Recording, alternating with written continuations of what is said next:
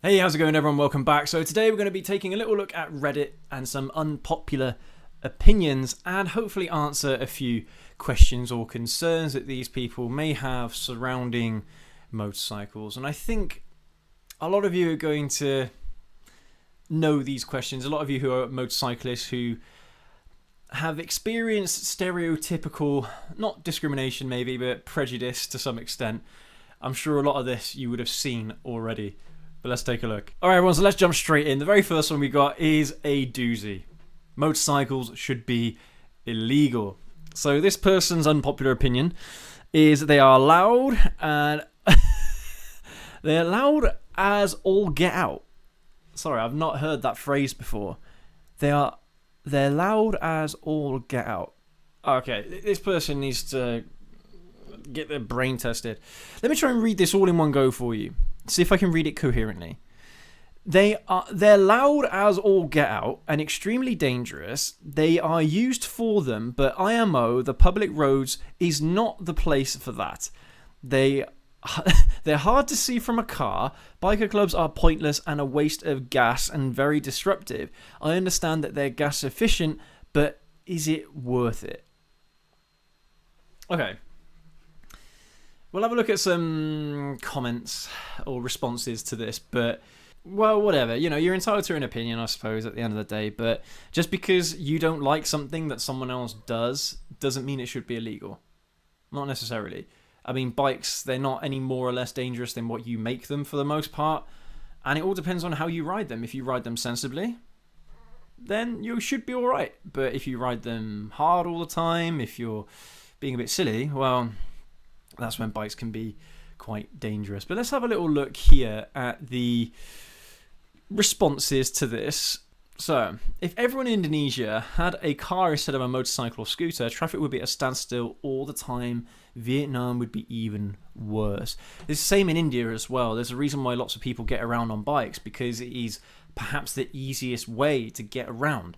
And, I mean, have you seen some of those Grand Tour specials where there's just traffic just gridlocked? I think it was in some kind of African country, I can't remember, maybe it was Botswana or something like that, but they couldn't get through the town. It took them all night to get through the town. And okay, some of that is down to the way how the roads are constructed, or the layout and things like that, the way how the traffic is organised, fair enough. But there is a real benefit, especially when you have really big cities that are really densely populated. There's a real argument for bikes and scooters in that scenario. They cause less emissions, they cause less congestion, and they're much easier to park, so parking isn't as big of a deal either. So there's a real big benefit to bikes, I think, that a lot of people don't really understand. I think some people get the wrong impression where they think that bikers are all just a bunch of hooligans and a bunch of troublemakers or something, but I don't know, man. I'm sure there are a small minority of the biker population that would fit in that category, but again, bikes are one of those things where no, they're not necessary. They have benefits, but they're not necessary to get yourself around. But they are arguably the most fun way to get yourself around. So have a look at this next one.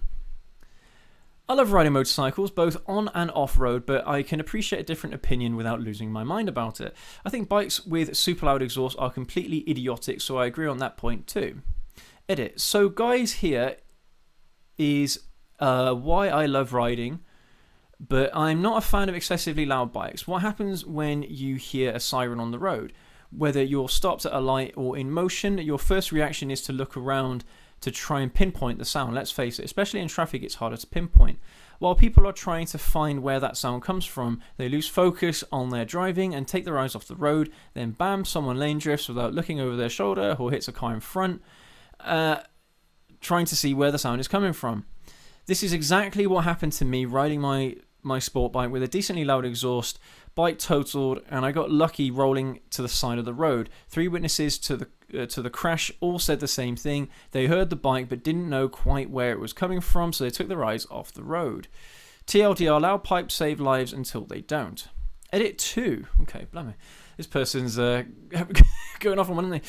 I have a couple of good riding buddies that swear by monarchy regardless of any counterpoints too. However, they also wear beanie helmets, tank tops, and jeans. Dressing for the slide and not the ride is objectively, by any metric, more useful for walking away from a crash. But guys seem to think that loud pipes mean that they won't get into an accident, so lax on the gear that could actually save their lives. That's quite an interesting point. Yeah, there's no guarantee that a loud pipe is going to make you any more visible. The thing that I like to think about is, imagine if you are in your car. A lot of people like listening to music, right? So do you think that a loud pipe is going to be louder than the music that's in your car? Something like a siren, because it's quite high pitched, it sounds different to radio, it sounds different to music that you normally hear. Whereas on a loud bike, it's a boom, you hear the booms of the exhaust, and sometimes that can be masked by music. For me personally, no, loud pipes don't necessarily save lives, but it's something that can help. And I mean, for God's sake, you've got to be really dumb to take your eyes off the road to see where a sound is coming from. All you need to do is check in your mirrors. Usually, if you are a decent rider, you should be putting yourself in places on the road where a driver they don't have to look over their shoulder, they can see you in one of their mirrors. And if they can, well, they're not taking their eyes off the road, are they? So that's pretty much what you're looking for. So it's a combination of things. It's a combination of being noticed through the sound, being protected by wearing your riding gear, and also putting yourself in the right position on the road, so drivers who may have a habit of looking around for a sound somewhere aren't taking their eyes off the road to find you. Alright, here's the next one. Are motorcycles really unsafe? So I'm a 19-year-old female, 5'2", gonna get my first bike, a Ninja 125 2024 model. Wow, fair play. Since it has a short seat height and I like the look, however, I like the look. However, all I hear, even when I mention the word, is how so many people have so many horror stories, and it's putting me off. Not enough to make me not want to, but yeah, any advice on tips? Edit, thank you so much. I'm definitely going to go for it and get my first bike after my lessons and take loads to make sure I'm safe. You all seem like a great community. Also, for the people saying get a higher bike than a 125, I live in the UK where I want to start off. Well, yeah, you have to start off on a 125 regardless. Well, depending on, you say you're 19. I was going to say, depending on how old you are, you can do direct access. I think if you're over 24 years old, you can do a direct access course, which is your CBT and your full license, all in one go, and you can start riding basically whatever bike you like. But, okay, we'll have a little look at the comments in a bit, but from my perspective, as I kind of mentioned earlier, motorcycles are only as safe or unsafe as you make them. A lot of it comes down to what you do as a rider, what you do as a person, what your attitude is to riding the bike. There's the right time and place to have fun on a bike. There are the wrong time and places to have fun on a bike. Mainly being stuck in a load of traffic. Don't be stupid. Take it slow. Be vigilant. All right. The more traffic there is, the more chance there is from either for you to make an error or for a driver around you to make an error. So it's always worth to take it easy when you're around traffic and try and look as far into the future as possible. Try and see what you think is going to happen before it happens. I believe this is a skill, so it's something that you can learn. I don't think it's an instinct necessarily. I think it's something you can learn, but you have to get the experience first to start picking it up. But you'll start picking up driver habits, you'll start picking up pedestrian habits, and you will know straight away. You'll be like, I bet they're going to pull out in front of me. I bet they're going to cut me off. I bet they're not going to let me pass. I bet that person's going to cross the road without looking rather. That'd be difficult, wouldn't it, to cross the road without walking? But yeah, without looking. So these are little things that you will pick up over time as you get better at riding the bike. And I'm not going to lie, the first 2 years of riding a motorcycle are arguably the hardest, because there's a lot of things you got to think about. So you got to think about the operation of the bike, how it works, making sure you're not stalling and things like that. You got to make sure you're braking at the right time. You got to make sure you don't brake too hard, because the front wheel will lock up, you'll dive the bike into the ground. You got to make sure you're not trying to do power slides and things like that. You got to be able to balance the front brake and the rear brake and the engine braking and things like that, going down gears, up gears, all that kind of stuff. And then on top of that, you've got to think about what's around you. Now, personally, you should really get to a point on a motorcycle where you are competent, where you're not really thinking about that all too much, and you can start thinking about what is going on around you, if you know what I mean, and start really focusing on the things that are more important than the function of the bike, i.e. knowing when to slow down and knowing when there are hazards. Yeah, that's something that I think is the biggest and best skill you'll ever learn on a motorcycle in terms of keeping you safe anyway, is to make sure that you are aware of hazards at all times. Obviously, things like don't take your eyes off the road, simple stuff like that is obviously going to help you as well. But the main thing is having that perception. If you know what to look out for, you should be all right. Okay, yes, but they're fun, so we do it anyway. And the person underneath replying to that is, this is the most accurate response you're going to get. Every decision you make in life is about risk versus reward. Are motorcycles more dangerous? Yes. Can you mitigate or make less severe some of the danger and therefore the risk with gear, lessons, hypervigilance, riding style? Also yes. Will it ever not be risky? No. But for me, driving a car is risky as well. I mean, yeah, okay, if you get involved in a crash or something like that, there is more danger to your life than it would be in a car. But the likelihood of you getting in a crash is pretty much the same between a car and a motorcycle. Now, you have to decide if the reward you get, it offsets the level of risk. That's different for every human on this earth, and so it's always going to be your decision. Yeah, I like this comment. I think this is quite a sensible one, because it's like I said earlier, isn't it? There are going to be people that love bikes, there are going to be people that hate bikes, and if you really want to do it, don't stop yourself from doing it because some people said, oh, it's mega dangerous or something like that. Do it because you want to do it, but obviously be aware of what you're getting yourself into. But if you really enjoy it, then who cares? People do things all the time that are incredibly dangerous, but because they enjoy it, well, I say incredibly dangerous. It's not really incredibly dangerous, but people perceive it as incredibly dangerous. I personally don't think bikes are as dangerous as people say they are. Yes, you're more exposed to the environment, you're more exposed to the road and what have you, but it all depends on whether or not you get into the crash to begin with. If you don't, you'll be all right. But it's good to see that someone has taken on board what these people are saying about, yes, it is dangerous. No one's going to lie to you, but at the same time, it is incredibly fulfilling. Seriously, it's one of those things where there's nothing like it. You have a stressful day at work or something, you ride your bike home, stress just melts away, man. There's nothing like it. I'm telling you, man. Riding bikes, it is therapy. Moto therapy. We've got a few videos that are called Moto Therapy where I just blast the bikes and I have so much fun that anything else I'm thinking about at the time doesn't matter. I don't care about it. And it's all about just that experience. And the experience is really why people do it. Alright, last one of the day. Motorcycles should be limited to 50cc and 30 mile per hour. I know I'm going to get a ton of hate for this, but no one needs to go 100 plus mile an hour on a two-wheel death machine. Motorcycles are too loud, fast and dangerous. They attract stupid people who are killed or permanently disabled on them. Not only do they endanger themselves, but everyone on the road. If I was made dictator of America, all motorcycles over 50cc would be confiscated and destroyed. The owners would be compensated in full for the value of their machine. Well, there you go. That's at least fair, isn't it? If we're being forced to have our motorcycles taken away, well, at least the state would pay us for us to take the bike away. Okay.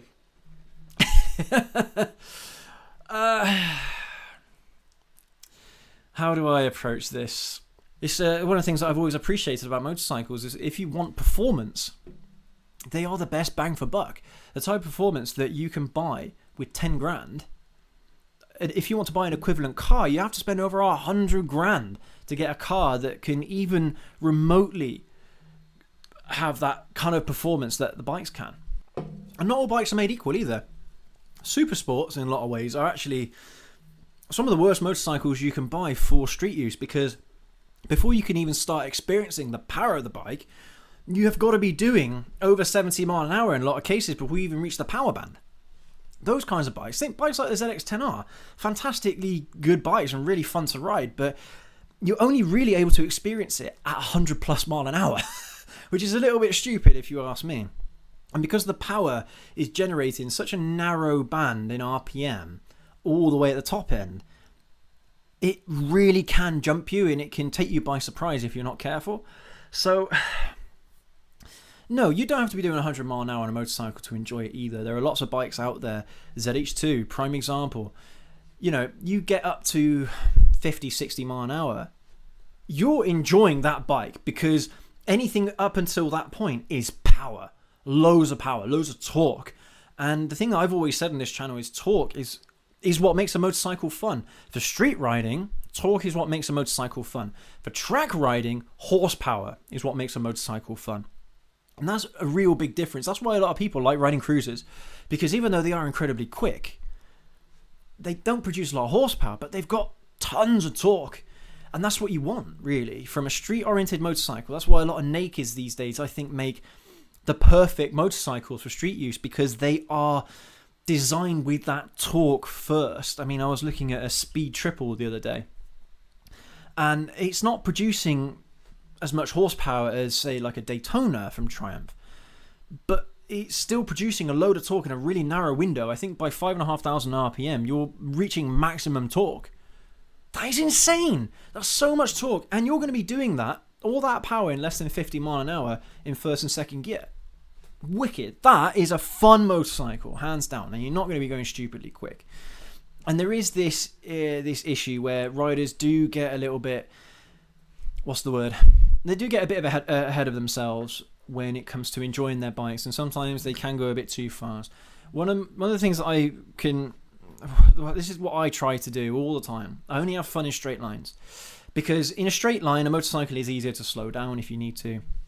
You're not having to make some stupid maneuver to try and, not crash. You know what I mean? So if you go through the bends slowly, for street riding, go through the bends slowly and go fast on the straights, that's when you can have the most amount of fun with the least risk, with the least kind of danger. At least in my opinion and in my experience, that is perhaps the best way to enjoy a motorcycle for street use. But if you really want to see what your bike can do, take on a track. Seriously, you take it on a track day and you'll really get a good feel for what the bike is truly capable of. And that is one of the sad things about bikes.